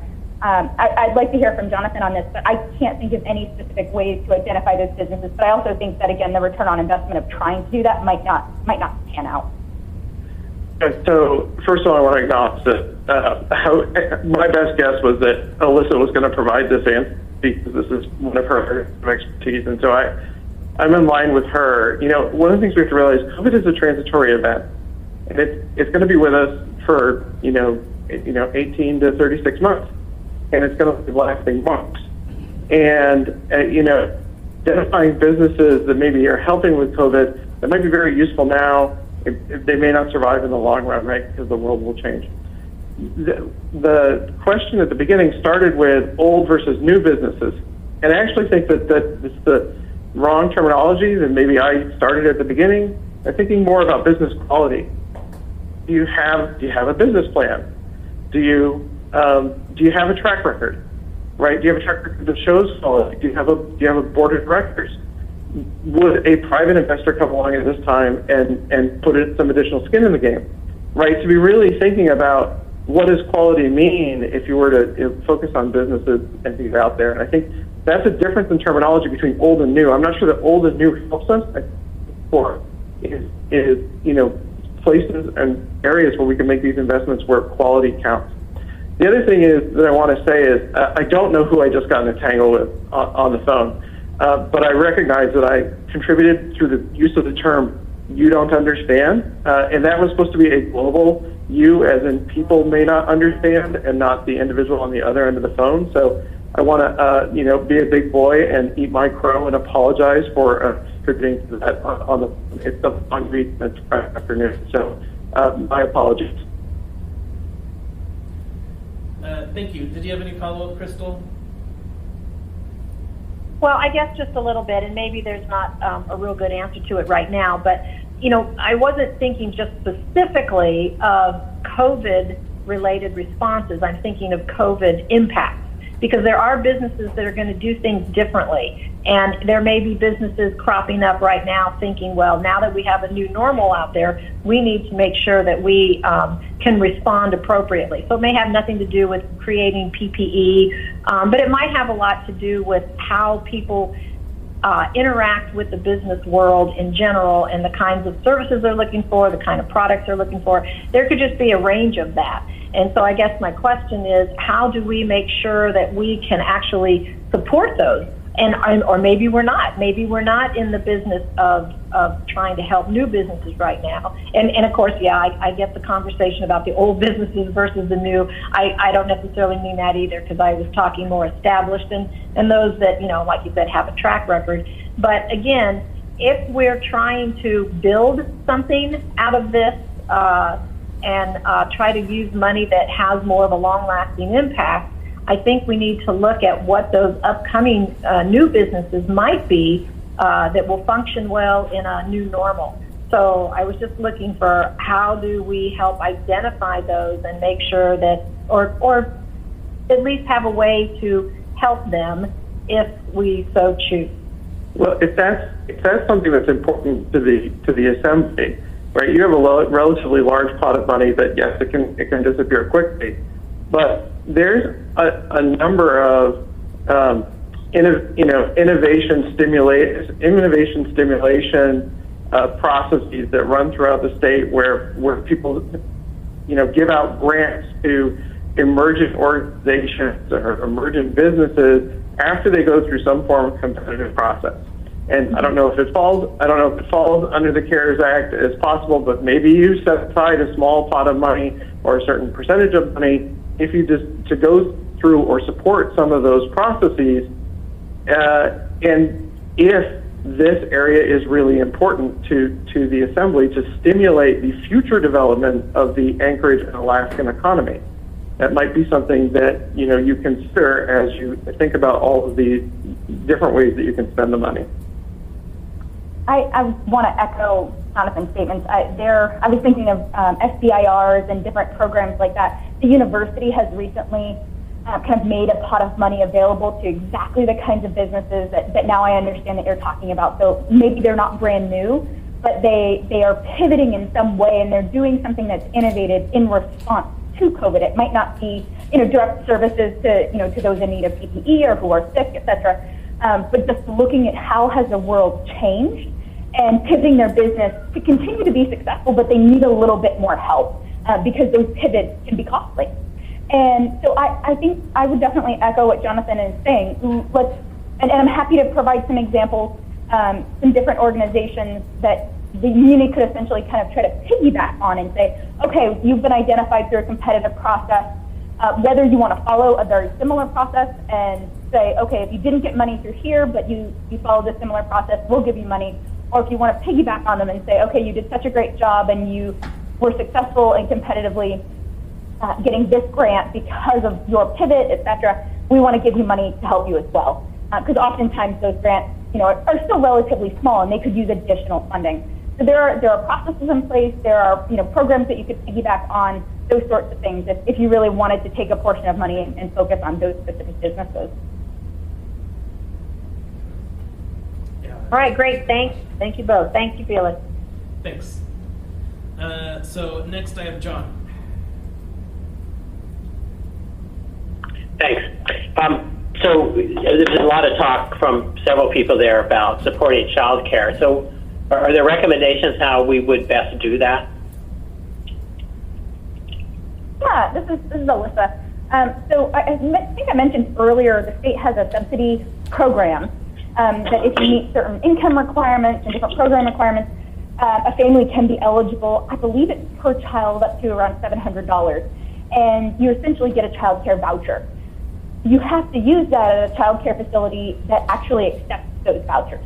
And so in order to have the biggest impact, you could specifically target the muni subsidy to help child care facilities reopen that accept those vouchers or that accept a certain number or a certain percentage of their children are on those vouchers, because then you're specifically targeting your assistance at child care facilities that are going to help the most needy families to be able to put their children into child care and get back to work. So that's one potential technique in order to kind of make the most of the impact that the muni has as it relates to child care and getting assistance to those Anchorage folks who are most in need. So the municipality received a letter from SRED, as a statewide organization devoted towards high quality child care, expanding quality child care and access, asking the municipality to set aside a certain amount of the CARES money to support child care. And as a matter of full disclosure, I am a SRED board member. I've consulted in that space, and I'm on that board. Alyssa has given some great examples. In response to that letter that SRED submitted, there were a number of questions that said, can you put some more meat on these bones about what the municipality should be doing? And I know that the SRED staff and board of directors are actively putting together more meat on that bones about how that money could be used to support childcare. So I would ask or suggest that somebody on the assembly reach out to SRED and push them for those meat on those bones to add to the list that that Alyssa just gave you, because I think that there are experts in the field that you can lean on that can tell you exactly what the sector needs at this moment in order to be there. Mr. Chair. I guess that you. Quick follow-up on that. Yeah, Is that the $30 million request that I asked for? Yes, that's what he's talking about. Okay. Yeah, about 30 million.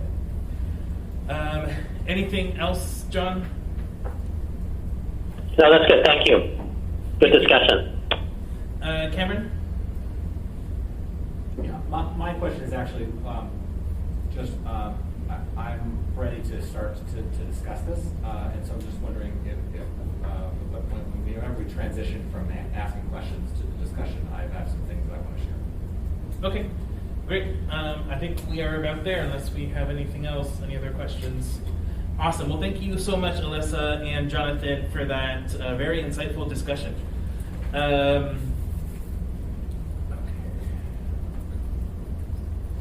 All right, so I'm going to go ahead and do a round table, starting with folks, starting with Cameron, and then I'm going to end with folks on the phone.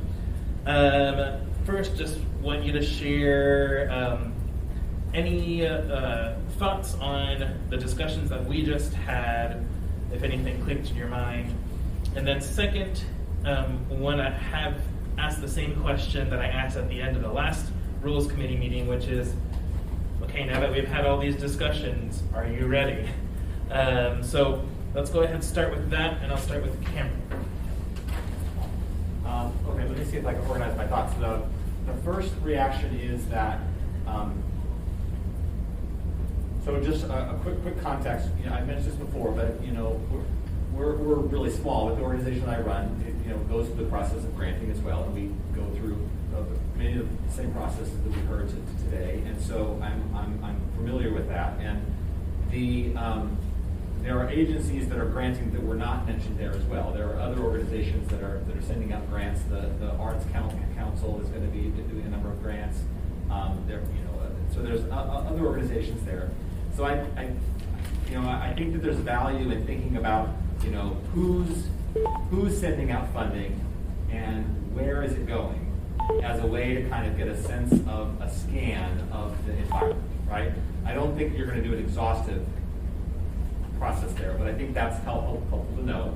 And I do, lots of arts organizations were mentioned in the conversation, and I do know that it's not going to fill the need, but there certainly are, there is funding going to many of those organizations. It's not going to be enough, but our organization sent money to many of those organizations, and the Arts Council is going to try to fund some of those organizations, but there is still a great deal of need. So I don't want to give the impression that it's enough, but that's one of the challenges, is figuring out who's getting funding, who's funding other people, and what the need is. And I would just tell you, having gone through this process recently, trying to determine need is incredibly challenging. And I don't think we have as a municipality, that wouldn't be our job as an assembly, but the municipality trying to look at 990s and look at, trying to really do an assessment of the strength of the organization, these kinds of things that Rasmussen and others do. They spend a lot of energy and time on that. And so I'm not saying we shouldn't do that, but that's just one piece. So I guess I just think to myself, I think the municipality already knows how to grant things out. They already know how to review things and create criteria. I think they can learn some things from the nonprofit and the foundations community. But we do that a lot. We have an assessment process, and we do grants. So I think that should be part of it, certainly. The other thing I guess I'm struggling with is that our role at this point is to just sort of identify priorities. Where are the priorities? What are some of the sort of ideas that we should be sort of putting out there, so that as the administration is thinking about developing their plan, that they're reflecting on the ideas that we have. I think that I go back to my feeling around, Yeah, it's giving money out feels a little bit like a spray and pray, right? Is the you just put it all out there and hope it hits the right things. And my understanding is the MAPSU is actually intending on giving money to individuals, and so, but the more strategic we are with it, the more work it takes to do that, the more time it takes to do that, and so that's the sort of counterbalance. Is that all of the information we received about being more surgical requires a lot of staff time and energy and process. And so that's the balance. I guess I would just, that's another reaction I have. And then the last piece I think that yes, it's all interconnected. And it's easy to argue, if you fund this, it will help this, right? But I do think that for me, it continues to come down to, where are we vulnerable? Where are we vulnerable in terms of people, and how can we keep things at a place where things aren't falling apart? People aren't becoming homeless. People aren't losing their jobs. People have the resources necessary to hang in there. And so, and the child care piece is vexing to me. I just sent an email to Stephanie Berglund, because even all the data that I got from there, I still don't have a clear sense of, if we were to give money to child care agencies, what percentage of our population does that actually help? And are those folks people who are actually as much in need as others? So that's what I'm trying to sort of process through. Is I think childcare is it's certainly very emotional to me, but I don't need the money like someone else does. And so that piece is I think we have to be thoughtful about going down that road, because I have a sense that yes, there's need there, but I'm not sure we're going to get the money into the hands or the sort of the lives of the people who are most vulnerable at this point. I'll stop there. Sure. And I'm going to assume that your answer to the second question, which is, are you ready to go, is still a yes, because your answer last time was yes. Yes, ready to go. Okay, great. What are the two questions? I totally forgot about the question, sorry. No problem, that's okay. That's what I'm here for. So, so two questions. First is sort of, what are your thoughts based on what we just heard? Did anything click? And then second is, same question that I asked at the end of the last Rules Committee meeting. If I were to give you this list, are you ready to prioritize and get to work on developing our ideas? Yeah. Based also on the last committee discussion, there's been a little bit of an evolution of the list. So there's two versions. There's the sort of list based on everything that we heard in all of the different roundtables, and then there's the buckets version, which I heard several folks ask for that version. So those are the two questions, and folks on the phone, you should have the document, should be in your email if you haven't seen it already. Yeah, let me just, because you said that, I would just, a little piece real quick. Yeah. So I really like this idea of leveraging funds. I love that. I think it's really important that we know what everyone else is doing and we think about how to align ourselves. I don't think that's always happened, and I think that there's a real opportunity there. It sounds like the funding community is willing to participate in that. I think that maybe the small business community, the Better Business Bureau, or the business associations could do the same thing. Maybe they can come to us and say, "Have you done a survey?" There was already a survey by Foraker and statewide, and they have a lot of great data in terms of what nonprofits said was their need. Has there been a survey in the business community, and can we utilize that? But before I exceed my time, Jason, I guess I have just a general question. We do, as a city, have grant processes and grant programs and panels of people and criteria and process and all of those things. Not that we couldn't learn a great deal from organizations, but that is, from your perspective, that's a competency that we currently have. Would Yes. you agree with that? I do. Okay. But and if I could just add, I mean, we do have a lot of conversations with the outside organizations as we're coming up with those processes and criteria on what do we want to learn if we do grant something. So we come up with those all the time, and that would be something that we would continue to do as we kind of step into areas where, you know, maybe we haven't been to date, but we now want to. Yeah, those two pieces of having a pretty comprehensive look at who else is funding, what are they funding, how are they funding, and then sort of working with them to make sure that we're aligning whatever processes we're doing with them. That's your kind of credit. All right, thanks. I'm done. Thanks. Chris. Thank you. A lot of thoughts on this topic. Been thinking about it quite a bit. I started with just keywords that I heard today from both of the funders: agile, streamline, gaps, relief, leverage, collaborate, targeted, areas of focus, decision-making criteria, and prioritize. That actually, all of those things fit with exactly where my thinking has been for the last several days. I did learn something in the context of this work program conversation we've been having, and that is, and this probably holds true for almost any category that we look at, like childcare or others, that if we do make a work project, we probably ought to identify a percentage of dollars that matches that to go toward people with disabilities and people who can't actually do direct work programs, so that we can also make sure we aren't missing those people. Also, in the conversation about the child care, I share your concern, Cameron, that we could be very off base if we just fund a bunch of child care providers that provide services to people who could spend $1,000 a month for child care. And so that's a real trick for me, but what I heard suggested, and I kind of see there might be a path forward in this, is do a combination there where we fund vouchers that actually go right to people who need child care, and we support the places that are willing to accept those vouchers only. So we aren't running our dollars through these mega corporations or these very wealthy organizations. But we still have to be targeted. I just can't imagine us spending 1/5 of every dollar we receive on a child care program. That's just what they asked for, and it blew my mind when I saw it.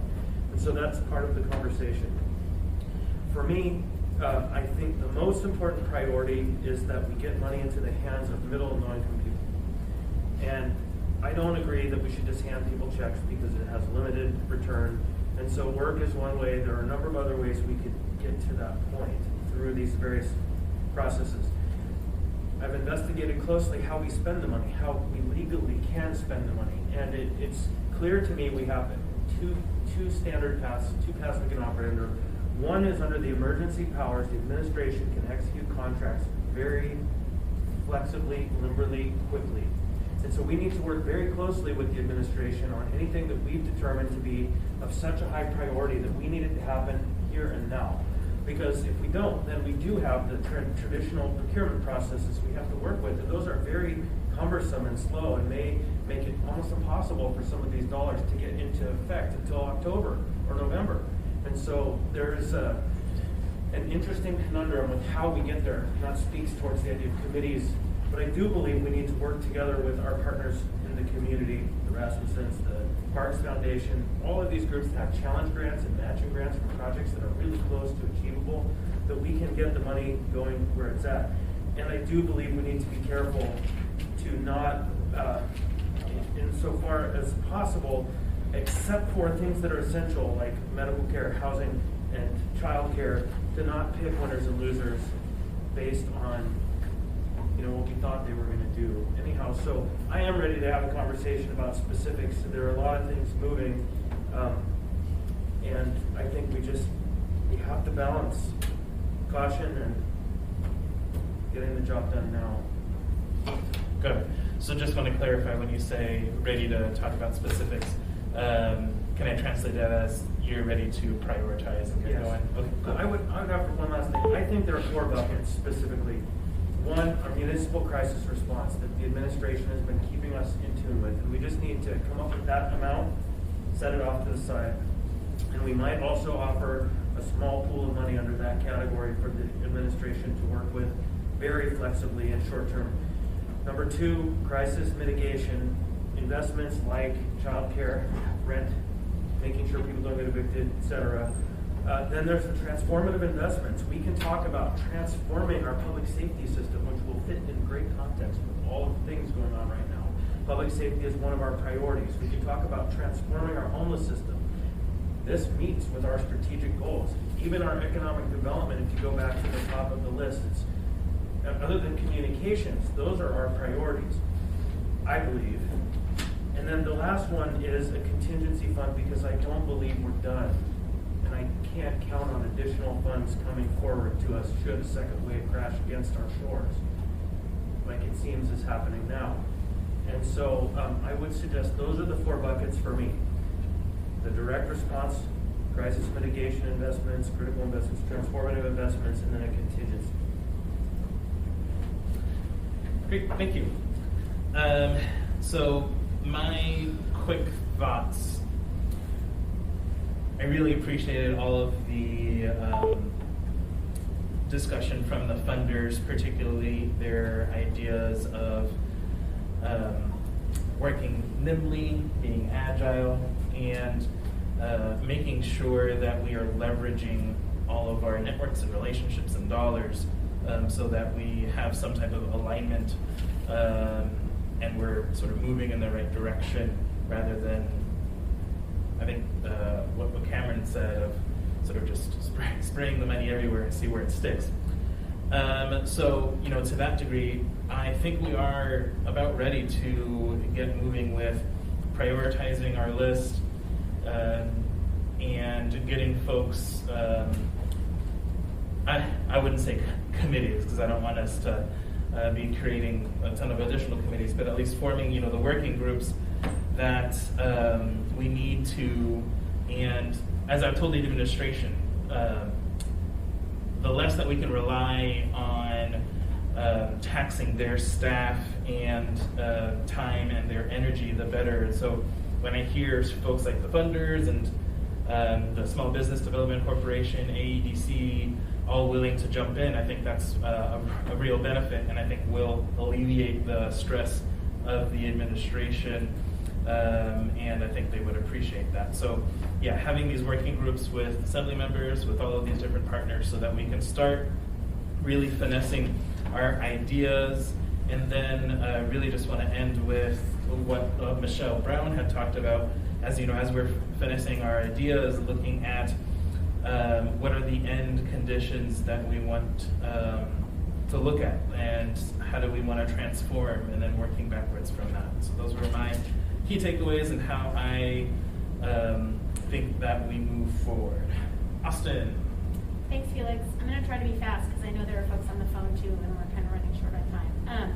I'm ready. Nolan, Alyssa, Meg, and I had a call yesterday where we talked a lot about sort of the economic parameters that guide us, and where you get the most bang for your buck, or get 2 fish in your net, or any of those things. So the things we sort of came to are rental assistance,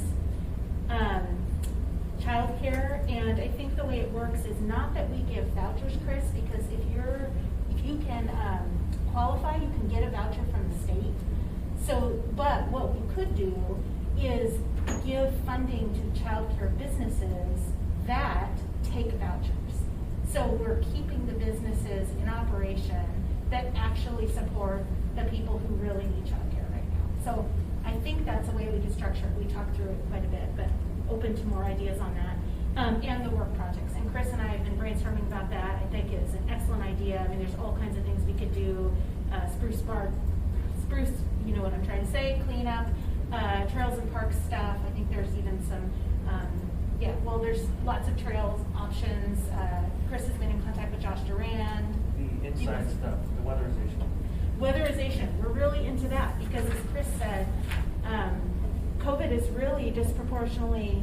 Oh yeah, I have this. Thanks, Pete. But that's helpful. Pete's showing me a paper that we've all been kind of looking at that has some of us that has some ideas about types of work projects we could do and the benefits of them. And the weatherization one to me just really stands out because we know that COVID disproportionately impacts people who are low income. Weatherization, if you're not weatherizing your house, you're going to have higher utility bills. And so to have a program where we can put people to work, to get to homes, to weatherize them, to make them more efficient, and do that for free for people who are struggling, to me just hits so many. I'm trying not to use the birds and stones, catches so many fish in one net is our new one we came up with. But anyway, those are my priorities. A stimulus payment only to people who qualify is possible. I think it's harder to execute, as Cameron said. A lot of us doing a lot of the qualifying. Do you qualify for WIC? Do you qualify for SNAP? Those are some things the health department has data on, so it's possible. But I think we go through our money really quickly, and I'd rather do more project type stuff. And I think if we do the small business grants, I'm to some extent interested in prioritizing small businesses that pay a living wage. But I think that businesses are also hurting right now, so it's a tough time to do that. So I think for those reasons, rental assistance, childcare, work projects are my priorities. Thanks. Pete. Thanks, Felix. I think one of the things that I heard that is something I think is really important is trying to leverage these funds, and by doing the work, create work projects, whatever you want to call them. I think that helps leverage funds because it puts people to work, but it also creates long-term infrastructure that improves our business infrastructure going forward in our community. And so I think that is something that I heard that is important. And the question about picking winners, we created the business grant, $10,000 each program, then $1 million was gone rather quickly. And those businesses were actually picked at random. And so we're not picking winners quite as much when we're doing things where we're picking businesses at random. And I also think the Public Works program is part of a response to the emergency proclamation. The emergency is a health emergency, but as an employment and business financial emergency all rolled into one, because we required people to either work from home or shut their business down for health, to try to stem the health problems from becoming worse. And so I think the part of the emergency is that we basically took people's chances to make a living away because we told them they had to go home and hunker down. And so by putting them back to work, even if it's only a half a dozen programs with $15 million or whatever, it's creating economic activity. $15 million, and if it reverberates through the community at 7 times that, we're creating $100 million worth of economic activity. So that's where I'm at. And one additional thing, looking at the buckets in the list, food security for me has got to be a top priority, because if you're hungry, everything else is a lesser priority. Because believe me, if you're hungry, that's the only thing you're thinking about. Thank you. Thank you. All right, so I'm going to go ahead and switch over to folks on the phone. I will start with Jamie. We need a motion to start. Yeah, sorry. Oh, before you go, Jamie, we'll do that really quickly. I think we can get done in, let's do additional 15, but let's hope we don't do that. Just a question, Felix. Yeah. I'm sorry, Jamie, I'll be fast.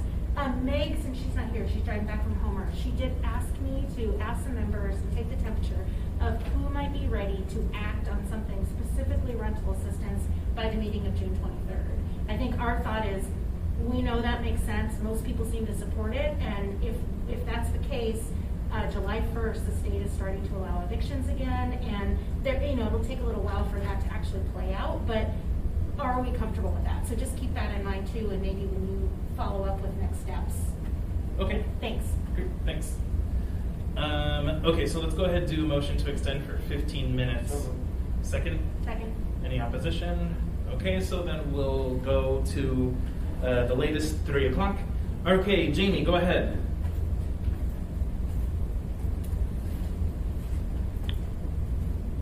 Felix, are you asking me?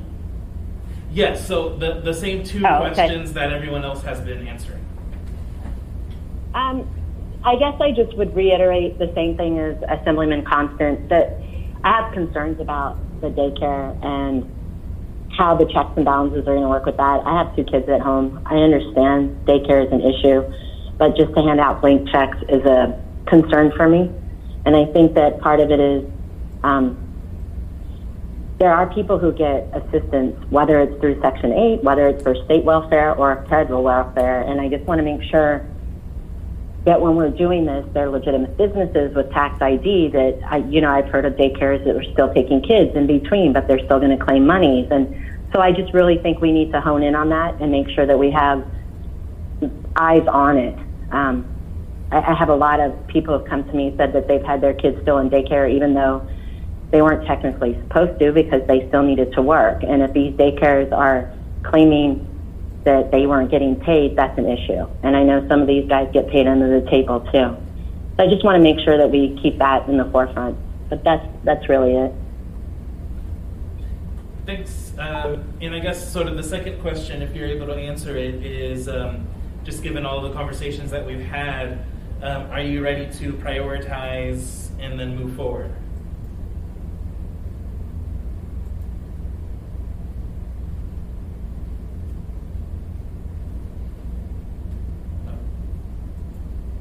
Jamie?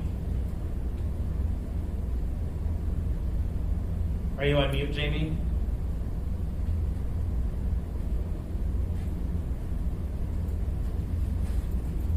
Okay, maybe I'll just come back to her on that second question. And then I guess, yeah, so Pete, I didn't actually write it down. So would, on that second question, would that be a yes, you're ready for you? Okay, awesome. Okay, so then moving on, Crystal. All right, thanks, Felix. I think there's a lot of things that we've been talking about that probably need to be fleshed out a little bit more and we have concerns about. But that aside, I guess I just want to say that I think we're in a situation where we really have to phase things, and then we have to at some point do something and then drop back and kind of maybe look at it all again and maybe revise our thinking a little bit and move forward for the next phase. I would say that even though Cameron said he didn't like the whole spray and pray idea, to a certain extent, I think we kind of have to do that on first go at this. And not that we have to go willy-nilly into any of it, but I do think that there's a certain advantage into trying to get that cash out there in the community and see kind of how things flow and how things go, and then drop back at some point and really then fine-tune a lot more of what we do, maybe for the second round or third round or fourth round or however many rounds we want to turn this into. So I think the other thing is, the way I'm looking at a lot of this is, to a certain extent, I know we're trying to provide a safety net, but I'm actually looking at making that safety net idea a very temporary thing, because what I'd rather see is the safety ladder that basically allows everybody to climb out of this. It doesn't just give us something to fall back on, but actually provides some funding and some vision that allows people to climb out of this and into that new reality, whatever it is, which really I think remains to be seen. Having said that, I think that my bucket list comes down to the housing supports and the business supports, and basically using the structure that we've kind of already started with the rent and mortgage assistance, and then also just expanding the business grants that we've done as well. One of the things that I think I would like to see included in that is, I think some of our businesses are trying to do what they can do with their facilities to try to adapt them to this COVID response. So there are some people putting money into construction, and I don't know if you want to consider that as part of supporting the businesses, or if you want to look at that as maybe funding that could be used toward that effort of providing work programs that would call in the construction industry and, I don't know, flooring industries and just lumber companies. There's probably a lot, obviously, that goes into any kind of facility structural upgrade or remodel. So I think that's something that we could help businesses with too, in just the ways that they are expanding or adapting or adjusting just to be able to handle COVID responses. So childcare, I think, is important to getting people back to work. Again, that's one of those things that I think we have to figure out how to fine-tune that so that it does what we want it to do without leaving anybody out and without giving advantages to large daycare centers or or people that are providing daycare but maybe not necessarily having enough or having anybody to actually take advantage of their daycare services. So again, part of that though is part of this that we have to look at is we're going to have to figure out along the way where the abuses are and readjust. So I'm assuming that's going to happen. There's going to be people that take the wrong advantage out of some of this and mess it up for others. But we're just going to have to try to figure out how to be aware of that and identify those and then adjust accordingly. The other thing is food security. I'm with Pete on that. I think one of the things about food security is we're not hearing a lot about it now, yet I'm pretty sure there are people out there who this is still a big concern for. And this isn't something that I necessarily want to see go on and on and on, but I think for now it's one of those things that we have to definitely be aware of and pay attention to. The other thing is food security also helps even with the senior population. I'm thinking about even being able to provide Meals on Wheels better, since we have seniors that don't necessarily want to go out to get their food right now. So focusing on food security would even help that group as well.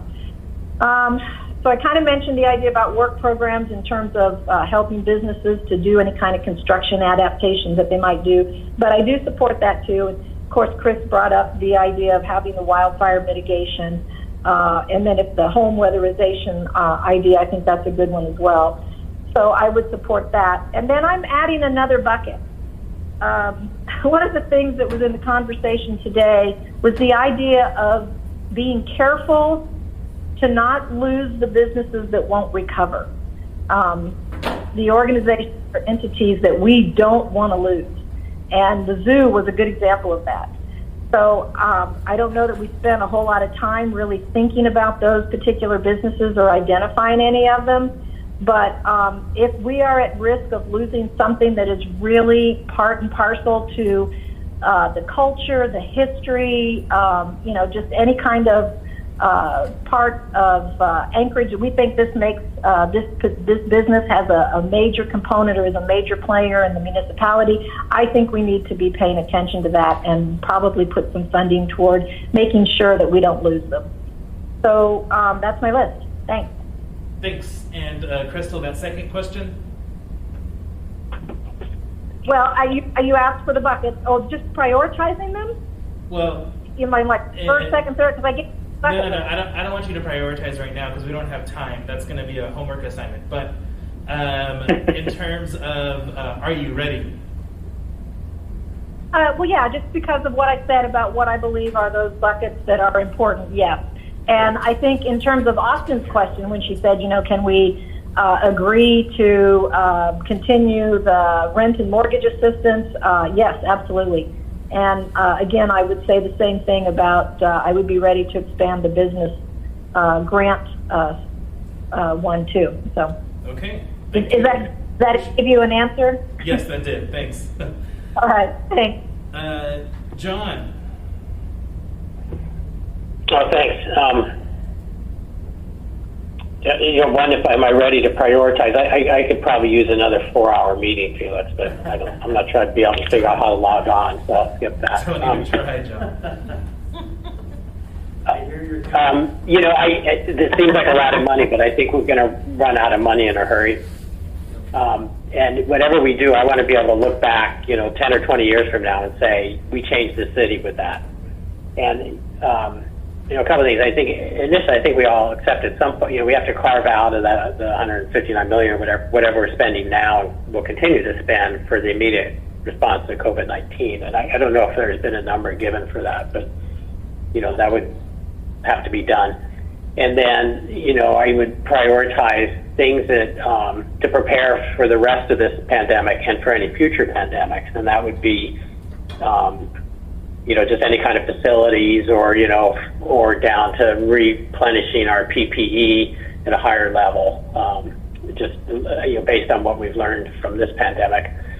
And then, I look, and I think along with a lot of what we heard today, is do projects that hire a lot of people. If they tie into the pandemic, that would be good, and I think things like the trails, we see so many people out there using those trails now with gyms closed and no soccer and stuff like that. And even now that those things are open, there's still, when I get out on this trail, there's so many more people out there. It's amazing. And those are also things that, we could build, and they're cheap to build and improve, and they're cheap to maintain. And they also, they're an asset for the city. People come to Anchorage and stay in Anchorage because we have these incredible, the Lower 48 wilderness experiences, right up in our backyard here. And to me, it's, a lot of stuff we're doing, kind of a big thing the government does is we build things for the public. And to use this money to do that is kind of in line with what we do. It doesn't get into a whole new line of businesses of subsidizing and so on. And then, childcare, though, I think is important. But, if we did a whole bunch of projects focused on hiring people, if any of those people needed a voucher for childcare, provide that. And that would help, these projects that we're doing, but also we get some money to the childcare. And it's active, looking at the buckets here, I guess we're not supposed to prioritize now, but, a huge amount of people working gives them money for housing. They go shop at businesses, so it's business support. They have money for child care, and if we do vouchers, it supports that. Food security, there's nothing like a paycheck for food security. The bucket's worker support. That's the job. Worker program. Let's build some stuff, do things. So really getting money to people to do things just makes amazing sense here. A couple questions just to feedback with other people said. Weatherization, I think you get a huge bang for your buck on savings when you do weatherization. I think an issue that pops up if we're focusing on lower income people, if they're mostly renters, are with the plan B to help weatherize like apartments, because that doesn't necessarily mean that the landlord would lower the rent, and if the landlord covers utilities, that help out the renters. So I just don't know on that, but it's something to consider. And then, we think about evictions, and, certainly an issue. I mean, I think it's been well described. What is the problem in long term and short when someone gets evicted? But, I think there is actually a lot of money in the economy right now with the $1,200, another $1,000 coming in July. There's some grants for rent assistance, and then unemployment is paid so lucratively that there is money in the economy right now.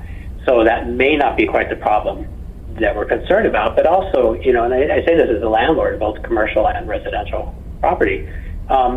If you have a tenant is hugely valuable. And if they can't make rent for a totally legitimate reason, you're going to work with them because it's really hard to get a good tenant. So, and if it just seems odd the fear that people would be evicted wholesale.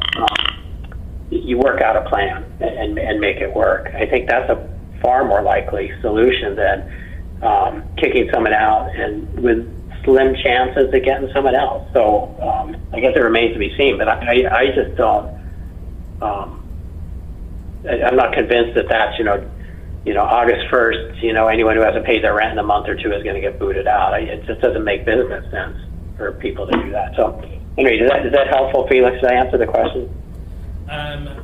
Yes, I also, you answered the first question with humor, which I appreciate, but I just want to confirm that you are ready. So we're going to have another meeting and we will prioritize what we want to do. Is that right? And am I ready to do that? It might look like that, or it might look like something else. Because I think a lot of us are meeting down and just want to get going, but we'll see. I think I'm sort of ready to prioritize. Great. Sort of ready. Edgewords. All righty. Okay, next, Forrest. Thank you. Yes, I'm ready to prioritize, and these are my priorities. First, and I'm ready to vote on the 23rd for rental assistance specifically, but first, my priority is to the degree that we're allowed to, I think we need to backfill revenues like the bed tax that we lost to make sure we don't have mass layoffs at the municipality or mass cuts in service. So that would be my my first priority. Second, child care. I believe in it very passionately, and I'm willing to fund the full $30 million that was requested. I'm sympathetic to what members Kennedy and Constance said, or maybe it was member Allard actually, about making sure that this money doesn't go to fly-by-night operations or go to folks who otherwise could afford it. But I think there are methods to target it in a way where it goes to those who really need it. Third, rental assistance, same thing. And rental assistance in some ways is almost like a direct cash payment because it allows someone to take the money they would have spent on rent or a portion of that and spend it on things like food. And I think that is well targeted. So that's number 3. Number 4, I think a lot of us have received the suggested work projects, the sort of Anchorage's CCC with things like weatherization and trails. I'm supportive of that. I believe the projects that we've seen total about $15 million, so it's a pretty modest sum compared to the total amount of money. And then the last thing I would point to, and I think this gets to what Chris was talking about transformative projects. I think there are a couple of relatively large projects right now that are sort of on the edge of going or not going that we could use this money perhaps to push over into being built, and it would be transformative and all have a nexus to coronavirus. So the first would be the Alaska Center for Treatment. We have the money coming from the MLMP sale, but I'm not sure that that's going to be enough to get it done. And so I would think we should seriously consider using a portion of the coronavirus, so the CARES Act funding for that. The second project is the new Anchorage Health Department building that's associated with the TED project. The TED project has been sitting out there for a year. It's $100 million of private investment. It's a huge amount of construction. It's an apartment building. It's moving the bus barn. It's a grocery store. It's also a senior care facility downtown. And of course, the new health department building. So if there's some way where we could use this to stimulate that whole project starting to go forward, I think it's something that we should consider. So again, my last priority would be to hunt for those bigger projects where we think that they are almost ready to go, but they need a push over into actually being built. Those are my priorities. Thanks, Mr. Chair. Thanks, Forrest. All right, so thanks to everyone. I'm just going to do one quick comment and then audience participation. So I am going to be sending everyone an email probably later today, and I'm going to update this buckets list just based off of what I've heard, and then I am, I appreciate the rankings that everyone has given. What I'm going to ask you to do is, just so it's much easier for me to collate all of this, is do that based off of documents that we'll send to everyone. Send me back your rankings, and then I think that'll be a basis for me to help us move forward in terms of developing the work groups and all of those processes that we need to make sure we're doing the work. And then last is, I guess, Forrest, thanks for talking about the rental assistance for June 23rd. Austin got that. If there's can you only do 3 for this one because it's going to be an ordinance? That's For your forward? thing? Yeah.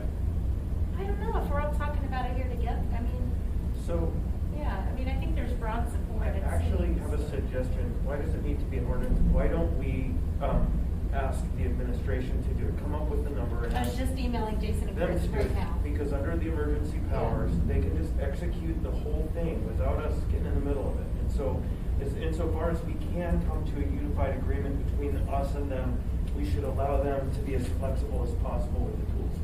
And we could do that by resolution very simply. I'm emailing them, so I'll just email them and suggest that. Okay, awesome, thanks. All right, so then with that, thanks everyone. Is there anyone on the line who is here for audience participation? Oh, I'll get to you in a second, Crystal.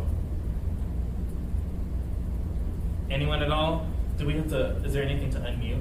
They can just do it themselves? I can do it, and there's only one person, it's 3434496. yeah, that's here. That's a meeting person. Yep. Maybe, but no one else is on the line. Got it. Okay, so then we'll go ahead and end with your question, Crystal. Thanks. My question is, if we decide that we want to put a certain amount of money into a certain bucket, but we don't actually end up spending that and allocating it in some way, can it be then redirected? Or once we have it assigned to a certain bucket, does it have to stay there?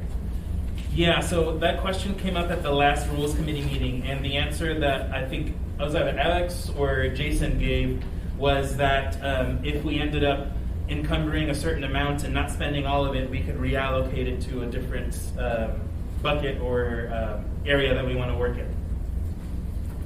Okay, that's good. Thanks. Thanks. All right, with that, I'm going to adjourn the meeting. Thanks, everyone.